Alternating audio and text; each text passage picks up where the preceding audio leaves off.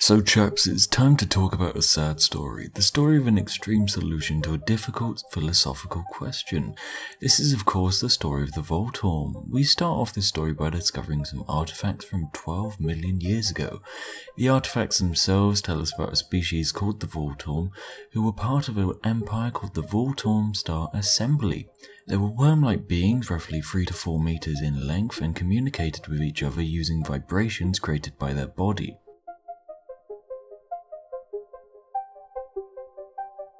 Whilst taking a look around the galaxy, nearby we discover the remains of a helium-3 mining base that once belonged to the Vultaum.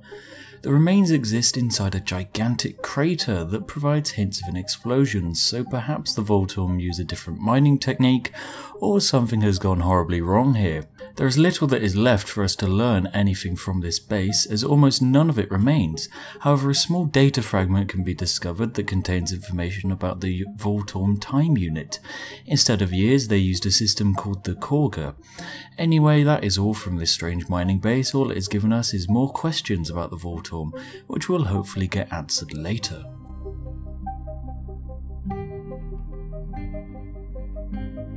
A few years later, another discovery is made. It's a Vultaum Observatory. You know, an observatory, that great big telescope thing used to look at stuff.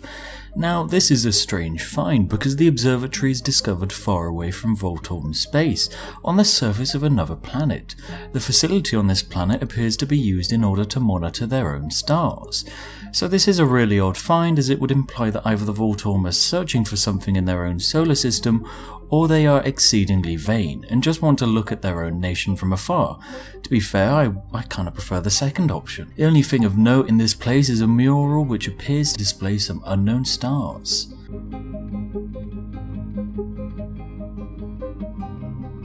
The next discovery is a rather sad one. This is our first Vultaum colony that we get to find in the game, and it's not a pretty sight.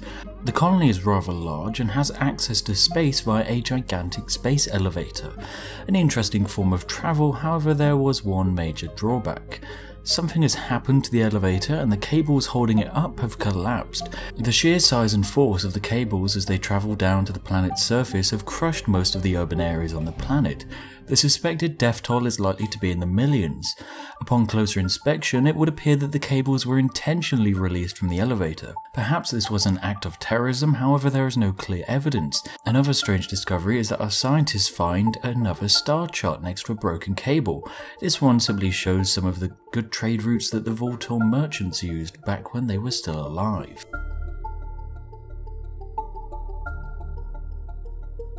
Okay guys, so we all enjoying the story so far? Good. Time to look at another colony of the Vultaum. This one, however, like the last one, has long since been abandoned. However, this one in particular has a large amount of craters. These craters over the many years have now developed into lakes. However, strangely, these craters are focused around what once was the most densely populated areas of the colony. The craters themselves appear to have come from massive antimatter explosions that were detonated from the planet's surface, leading us to believe that the planet was not getting bombarded and it was done intentionally. Perhaps these explosions were the work of terrorists, or is there a greater plot at large here? On the colony, we also steal a data fragment from a hospital that tells us that the average lifespan of the Vultaum is 270 years.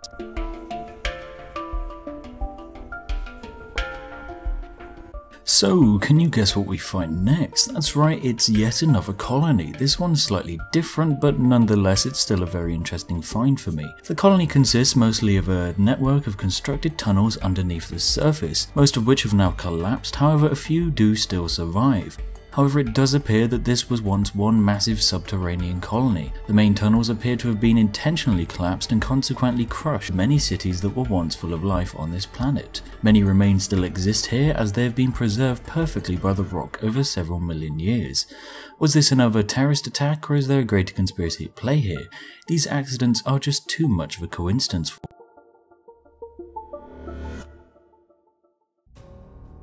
Now this next discovery is more of a fluke, to be honest. Our science ship stumbles upon a gas giant mining station in orbit of a particularly large planet. It would seem that several million years ago the station thrusters were initially fired, directing the station towards the gas giant in an attempt to destroy it for good. However, an object smashed into the station which threw it off course, meaning that it never made its target, and the station remains to this day. The station has long since been looted repeatedly over and over again over these many years, and there is nothing left for us. However, I feel that this is evidence that an event has occurred for the Vultaum that led them to end their lives as fast as possible. This would explain all of these sudden suicide and mass murder attempts.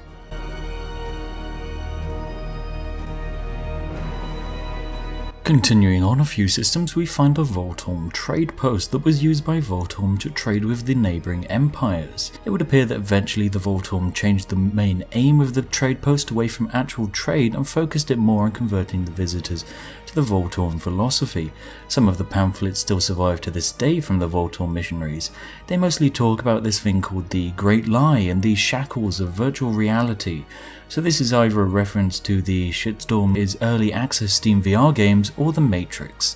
It would appear that the aliens just got bored and never returned, and as a result the trading post was eventually abandoned.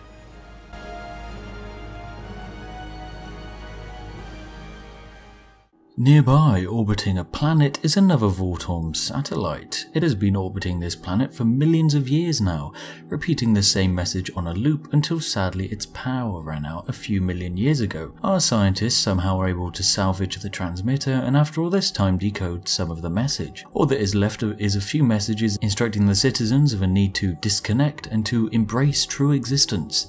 This appears to be the main philosophy of the Vultaum, and the real purpose of this station was to attempt to convert some of the other neighbouring empires into the Vultaum philosophy.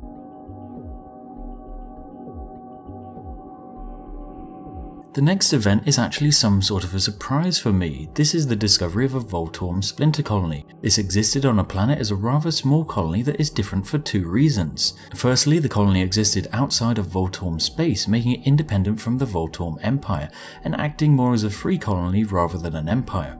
The second difference is that the ruins on this colony are several centuries younger than anything else left by their civilization. Throughout the remains is evidence that this colony rejected the ideals that life itself is a lie. As this was the main philosophy of the Vultaum, the colonists likely became outcasts.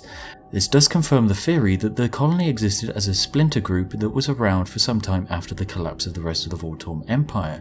The exact cause of why the colony now is uninhabited is still unknown, however perhaps they just died out a few thousand years after the fall of the Vultaum.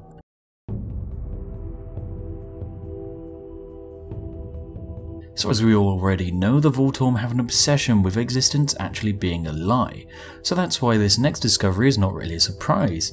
It's an entire virtual reality centre. This centre is orbiting one planet and is dedicated to computer simulation research. The Vultaum seem to have completely ignored the standard research that leads to artificial intelligence and instead have pursued their philosophical interests in virtual realities and massive computer simulations. Most of the station has been destroyed by small arms fire and repeated bombardment by space debris, however it does remain in a splendid condition given the circumstances. Amongst some of the surviving parts of the station is a partial copy of a once fairly popular multiplayer virtual reality game enjoyed by billions of the Vultaum across their empire. The game itself takes place in a fictional and highly satirized version of their society. It is hoping to leave the early access phase around the same time as Star Citizen, somewhere around the next 5 or so millennia, give or take a few.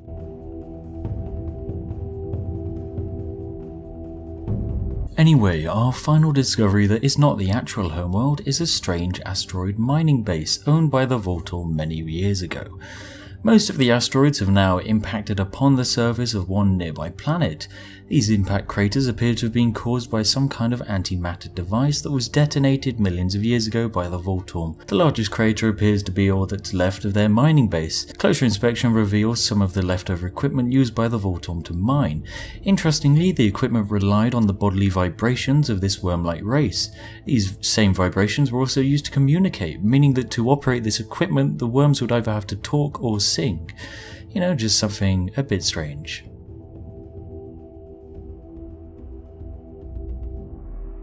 Before we travel to the homeworld of the Vultaum, let us summarise all that we have discovered so far. The Vultaum are a race of worm-like creatures that enjoyed a profitable and happy existence, albeit if it was full of philosophy. Now, when I say philosophical, I do not mean philosophy of religion. This race showed little in terms of beliefs of faith. Theirs was more of an epistemological term of thinking, the idea of knowledge and certainty surrounding existence itself. It is clear that somehow during their time in space, the Vultaum decided that existence itself is a lie. They likely reached this conclusion using a similar argument to British philosopher Nick Bostrom, who in 2003 published a paper that said it would be entirely possible to live inside a numerical computer simulation and just not know.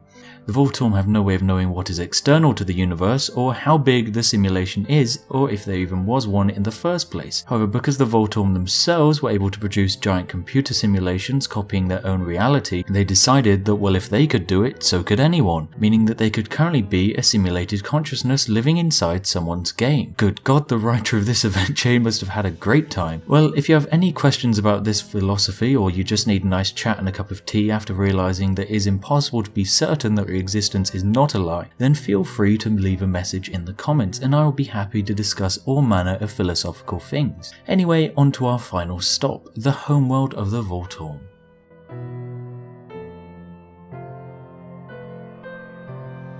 The Vultaum homeworld is a wreck of its once self. There is evidence of massive antimatter devices being detonated all over the planet in an event 12 million years ago. From the ruins on the surface, it can be discovered that the Vultaum underwent an intense ideological shift a century before their extinction.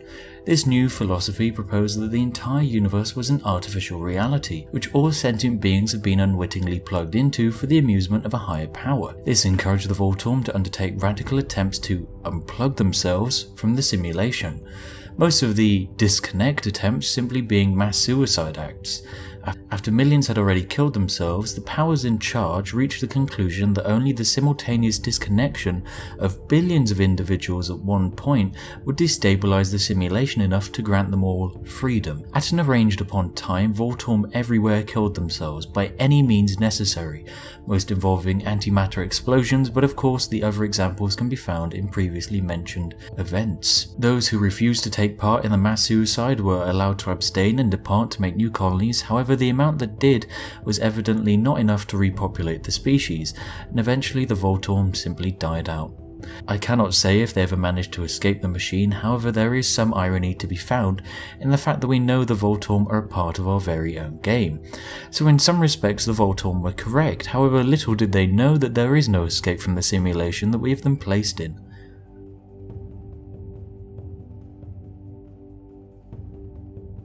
So anyway guys, that has been my look at the Vultaum precursors, probably some of the strangest guys we can find in game, excluding those communist gas people of course. If you enjoyed this video then give it a like. Let's set a name for about 1000 likes this video. If we achieve this then I shall release the next Stellaris lore video one day early. I think it's a fair trade, but hey, it's up to all of you guys whether you want an early video or not. If you have some opinions about this particular video then please voice them in the comments. I love seeing your potential theories about some of the questions that are still left behind by this. For example, what caused the shift in ideology? How was it popularized so quickly? Why did no one else in the galaxy take them seriously and follow suit? And finally, the most important question of all, will it blend?